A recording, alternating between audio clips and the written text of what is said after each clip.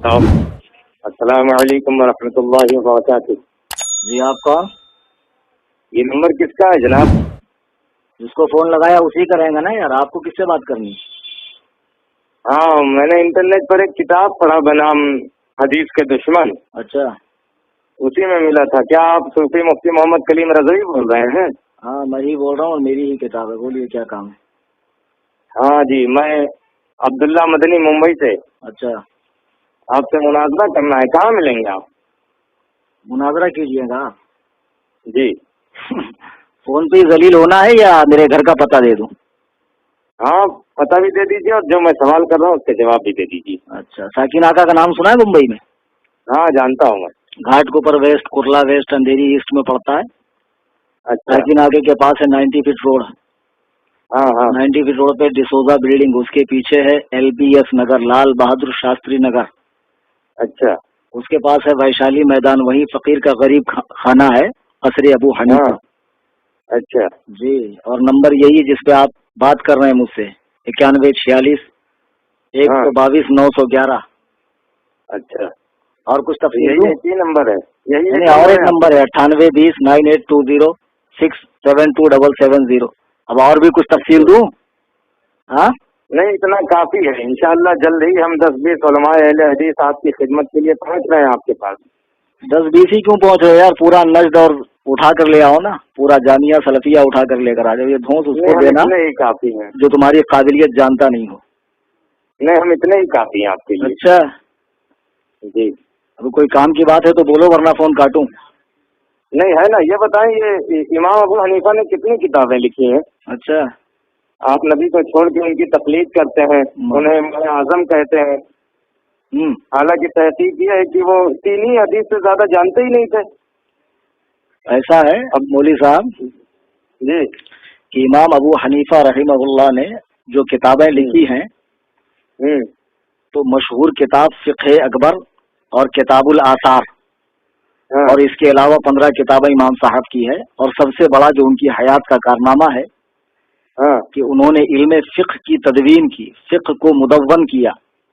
اور اچھا ملا علی قاری رحمہ اللہ فرماتے ہیں کہ قرآن و حدیث سے امام اعظم ابو حنیفہ رحمہ اللہ نے 9 لاکھ مسائل حل کیے ہیں، اور اچھا اسی ان کے فقہ کی تدوین کی یہ برکتیں ہیں کہ لاکھوں کتابیں اب تک فقہ کی لکھی جا چکی ہے۔ ہدایہ، عالمگیری، در مختار وغیرہ، اور جس ہدایہ کا آپ لوگ رونا روتے ہیں نا، بڑے گندے مسائل اس میں بھرے ہیں اور بڑے تقریب اخلاق مسائل ہے، معاذ اللہ، وہ کتابیں آپ کے مدرسے میں بھی پڑھائی جاتی، اسی کو پڑھ کے تم بھی مولوی بنے ہو۔ آپ نہیں، میں بتا رہا ہوں تم لوگ کتنے بڑے مکار ہو کہ تم چاہتے ہو کہ فقہ حنفی کو ملک سے نکال دیا جائے۔ پہلے اپنے مدرسے سے تو نکالو یار، اس کو پڑھے بغیر تو تم لوگ مولانا بھی نہیں بن سکتے ہو۔ اور دوسری بات، لوگوں نے جو 3 حدیث سے زیادہ نہ جانتا ہوں اسے آپ لوگوں نے اصغر بھی نہ بن سکا ہو، اور اسے آپ لوگوں نے امت کا امام اعظم بنا دیا۔ معاذ اللہ رب العالمین، ہم نے کیا بنایا؟ اللہ و رسول نے بنایا، پہلی بات یہ ہے، اور علماء امت نے بنایا، امت کے بڑے بڑے فقہاء علماء نے بنایا جو صاحبان نظر تھے، سمجھے؟ اور دوسری بات، 3 حدیث کی جو بات تم کر رہے ہو نا، یہ تمہارا امام اعظم سے حسد ہے، ورنہ اب تک تو تمہارے مولوی بولتے تھے کہ 17 حدیث جانتے ہیں، اور اب تم کہہ رہے ہو کہ تحقیق یہ ہے کہ 3 حدیث جانتے تھے۔ کون جاہل تحقیق کیا بے؟ کس جاہل کی یہ تحقیق ہے کہ امام اعظم 3 حدیث جانتے تھے؟ تاریخ پڑھی ہے؟ سیرت کا مطالعہ کیا ان کی؟ ہمارا چھوڑو، علماء احناف کا علامہ حافظ ابن عبد البر مالکی رحمہ اللہ نے 10 جلدوں میں امام اعظم کی شان میں ایک کتاب لکھی ہے، مالکی مذہب سے تعلق رکھتے ہیں۔ اس میں وہ لکھتے ہیں کہ امام اعظم نے بوقت وفات، سن رہے ہیں مولوی صاحب؟ جی جی سن رہا ہوں، آپ بتائیں۔ بوقت وفات اپنے بیٹے کو بلا کر کہا، بیٹا مجھے 5 لاکھ حدیثیں یاد ہیں، اس میں سے میں تمہیں 5 حدیثوں کے ذریعے نصیحت کر رہا ہوں۔ اچھا تو امام اعظم تو خود کہہ رہے ہیں کہ مجھے 5 لاکھ حدیثیں یاد ہیں، اور میں اس میں سے تمہیں 5 باتوں کی نصیحت کر رہا ہوں۔ تو جو زمانہ خیر القرون میں ہو، جسے شرف تابعیت نصیب ہو، جس نے 70 صحابہ کی زیارت کی ہو، صحابہ سے حدیثیں جس نے روایت کی ہو، تو تم اس کے بارے میں کہتے ہو 3 حدیث جانتے ہو؟ تم کتنی حدیث جانتے ہو بے؟ نہیں جناب من، آپ لوگ صحیح حدیث کے ہوتے ہوئے بھی قول امام پر عمل کیوں کرتے ہیں بھائی؟ نہیں، ابھی تو تم پہلے وہی بات کرو کہ آپ کتنی حدیث جانتے ہو۔ ابھی تم نے کہا نا کہ امام کو، نبی کو چھوڑ کر امام کا اتباع کرتے ہیں۔ ہاں بالکل، وہ تو صحیح کہہ رہا ہوں میں۔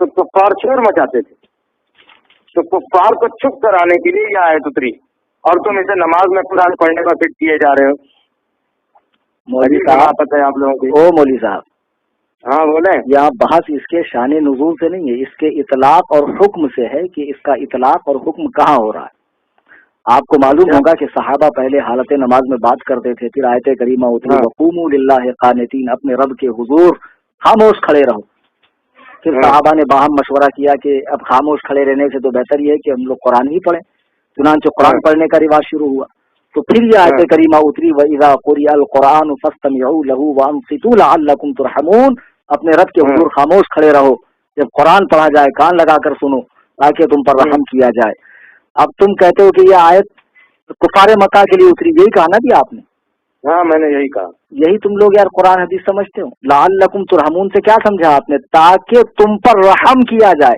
اب ایک بات بتاؤ کہ نبی پاک صلی اللہ علیہ وسلم خانہ کعبہ میں قرآن پڑھ رہے ہیں اور کفار شور مچا رہے ہیں، اگر کفار شور نہ مچاتے تو کیا ان پر رحمت ہوتی ہے؟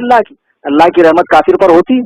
قرآن پڑھا نہیں، وَنُنَزِّلُ مِنَ الْقُرْآنِ مَا هُوَ شِفَاءٌ وَرَحْمَةٌ لِّلْمُؤْمِنِينَ، ہم نے اس قرآن کو نازل کیا ہے جو شفا ہے اور رحمت ہے مومنوں کے لیے۔ وَلَا يَزِيدُ الظَّالِمِينَ إِلَّا خَسَارًا، اور یہاں ظالم سے جو مراد ہے ظالمین سے وہ کفار ہیں، اور کافروں کا اس میں خسارہ نقصان بڑھتا ہے۔ تو اب مجھے ایک بات بتاؤ، آپ کافر کو سلام کرتے ہیں؟ نہیں بالکل نہیں کرتے بھائی، منع کیا گیا۔ کافر کے لیے رحمت تھوڑی ہے، مومن کے لیے بھائی۔ تو لو تم نے خود ہی جواب دے دیا، کافر کے لیے جب رحمت نہیں ہے تو اس آیت میں یہی تو لکھا ہے کہ جو خاموش قرآن سنے اس کے لیے رحمت ہے۔ تو جب مسلمان خاموش قرآن سنے گا اس کے لیے رحمت ہے، کافر خاموش بھی رہے گا تب بھی اس کے لیے رحمت نہیں۔ اب تم خود ہی کہہ رہے ہو کہ سلام میں رحمت ہے اور کافروں کو نہیں بھیجا جاتا ہے، تو اس آیت میں بھی تو وہی ہے کہ جو خاموش مسلمان قرآن سنے اس پر رحمت ہوگی، سمجھے؟ اور دوسری بات نہیں، قرآن کی آیت ہے نا، تو اب آپ تفسیر مدارک اٹھا کر دیکھیں، وجمہور الصحابتی وجمہور الصحابہ علی انہ فی استماع المؤذن، عام صحابہ کا فرمان یہ ہے کہ یہ آیت کریمہ نماز میں امام کے قرآن پڑھنے کے حوالے سے اتری ہے۔ اس آیت کریمہ کی تفسیر کرتے ہوئے صاحب مدارک لکھتے ہیں کہ جب امام قرآن پڑھتا مقتدی پیچھے پڑھتے تو اس موقع کے لیے آیت اتری۔ اب ہم تفسیر کی مانیں یا تمہاری مانیں؟ چلو مان لیا کہ یہ نماز میں امام کے پیچھے قرآن تم کیا نہیں مانو گے؟ تمہارے یہاں جو شیخ الحدیث ہوتا ہے نا، وہ ہمارے یہاں اس کا داخلہ مکتب میں ہوتا، سمجھے؟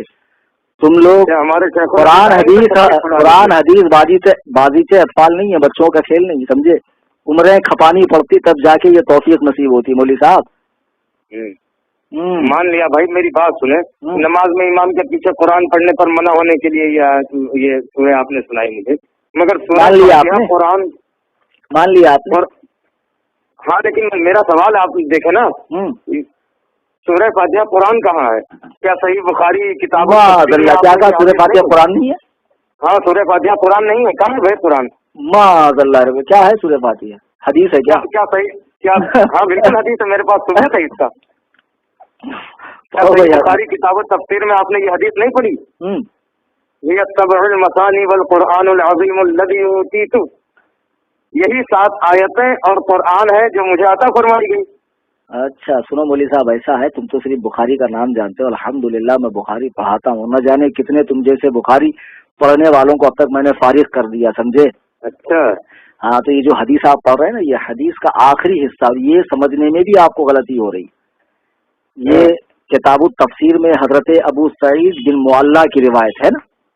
اچھا یہی نا، وہ کہتے ہیں کہ ایک روز میں مسجد نبوی میں نماز پڑھ رہا تھا کہ رسول اللہ نے مجھے آواز دی، تو میں بعد نماز حاضر ہوا تو حضور نے فرمایا کیا تو نے خدا کا حکم نہیں پڑھا کہ جب اللہ و رسول بلائیں تو فوراً حاضر ہو جا؟ یہی ہے نا؟ ہاں یہی ہے بھائی، یہی ہے۔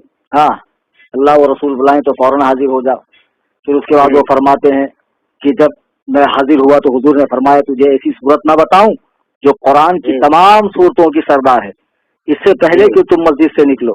پھر آپ نے میرا ہاتھ پکڑ لیا اور مسجد سے تشریف لے جانے لگے، تو میں نے عرض کیا آپ نے نہیں فرمایا تھا کہ ایسی صورت بتاؤں گا جو تمام صورتوں کی سردار ہے؟ تو فرمایا وہ الحمد شریف ہے، وہی سبع المثانی، یہی پڑھا تھا نا آپ نے؟ وہی سبع المثانی، ہاں، والقرآن العظیم الذی اوتیتہ، ہاں، کہ اور یہ 7 آیتیں اور قرآن کریم،